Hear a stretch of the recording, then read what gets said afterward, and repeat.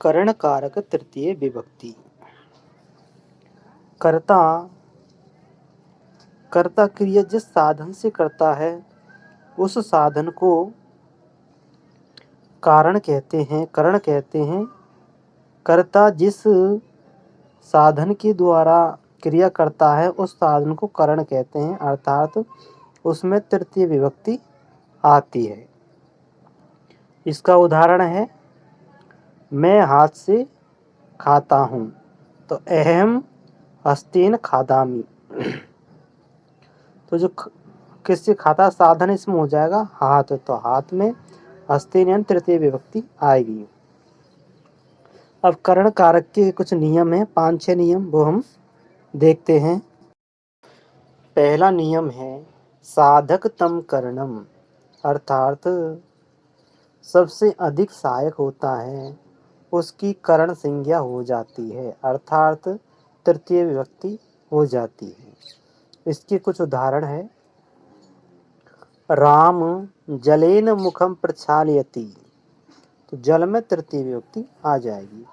कृषक है हलेन कर्षति, तो कृषक हल से जोतता है, तो क्या जोतता है, खेत जोतता है, लेकिन खेत को इसमें दिया नहीं है। अगर खेत होता तो क्षेत्रम आ जाता। क्या आ जाता, कृषक है हलेन क्षेत्रम कर्षति।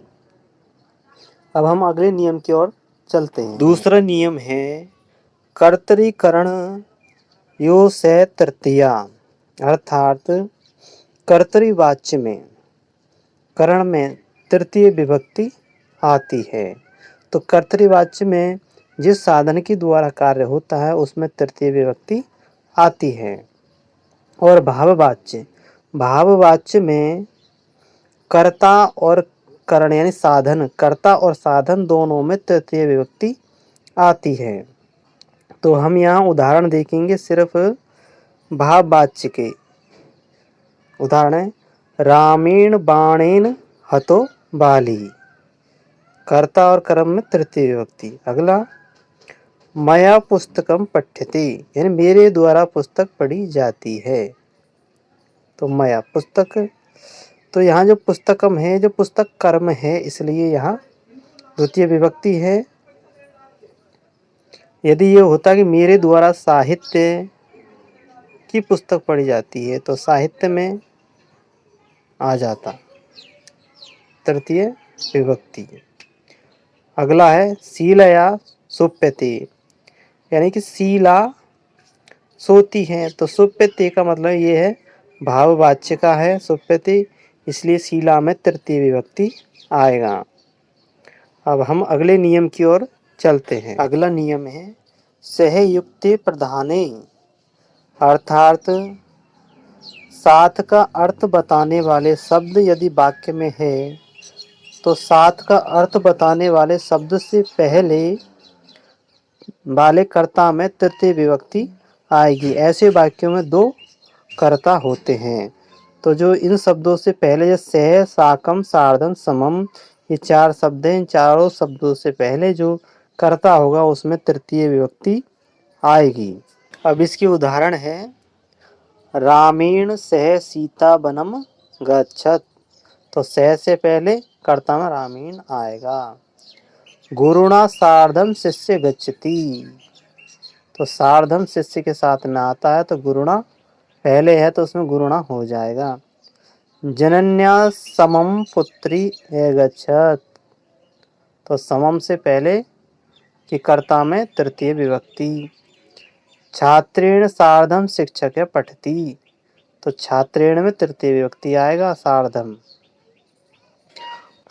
वाक्य में यदि अलम शब्द आ जाता है तो अलम शब्द की स्थिति में 2 विभक्तियां प्रयोग होती हैं, तृतीय विभक्ति और चतुर्थी विभक्ति। अगर अलम शब्द निषेध का बोध करा रहा है तो वहाँ तृतीय विभक्ति आएगी। इसका उदाहरण है विवादेन अलम, यानी कि विवाद निषेध है, तृतीय विभक्ति हो जाएगा। अगर अलम है और वो पर्याप्त का बोध करा रहा है, जैसे दैत्यव्य हरि अलम, यानी दैत्यों के लिए हरि पर्याप्त है, अलम पर्याप्त का बोध कराता है, तो चतुर्थी विभक्ति में चला जाता है। तो साथियों अब हम अगला नियम पढ़ते हैं। अपवर्गित तृतीया, जब कालवाचक और मार्गवाचक शब्दों से फल की प्राप्ति हो जाती है तो वहाँ पर द्वितीय विभक्ति के स्थान पर तृतीय विभक्ति आती है। अगर फल की प्राप्ति नहीं होती है तो द्वितीय विभक्ति आती है। अब इसके उदाहरण है, मासेन अधीतः ग्रंथा, ग्रंथ है। क्रोसेन पाणिनिया शिक्षा, और सप्तभी दिने रचितवान। ये इसके उदाहरण है। यानी कि जब कार्य की पूर्ति हो रही, कार्य पूरा हो रहा है तो तृतीय विभक्ति, अगर कार्य पूरा नहीं हो रहा है और चल रहा है तो वहाँ पर द्वितीय विभक्ति आती है। अब हम अगले नियम की ओर चलते हैं। नियम है ये नांग विकारः, यानी जब अंग में विकार होता है तो विकार युक्त अंग में तृतीय विभक्ति आती है। इसके उदाहरण है, जैसे अंधः, बधिरः, मूकः, खलवाटः, पंगु, खंजः, कुब्जः और लुंजः। एग्जाम्पल देखते हैं। धृतराष्ट्र नेत्राभ्याम अंध आसीत्, तो अंध से पहले के जो अंग है उसमें तृतीय विभक्ति आ गई। सह पादेन खंजे अस्ति, सह शिरसा खलवाट अस्ति, तृतीय विभक्ति। देवदत्तः अक्षणः काणे, आंखों से काणा है, आंख से काणा है। बालकः कर्णेन बधिरः, तो कर्णेन बधिरः यानी कर्णेन में तृतीय विभक्ति। कर्ण कारक पूरा हुआ।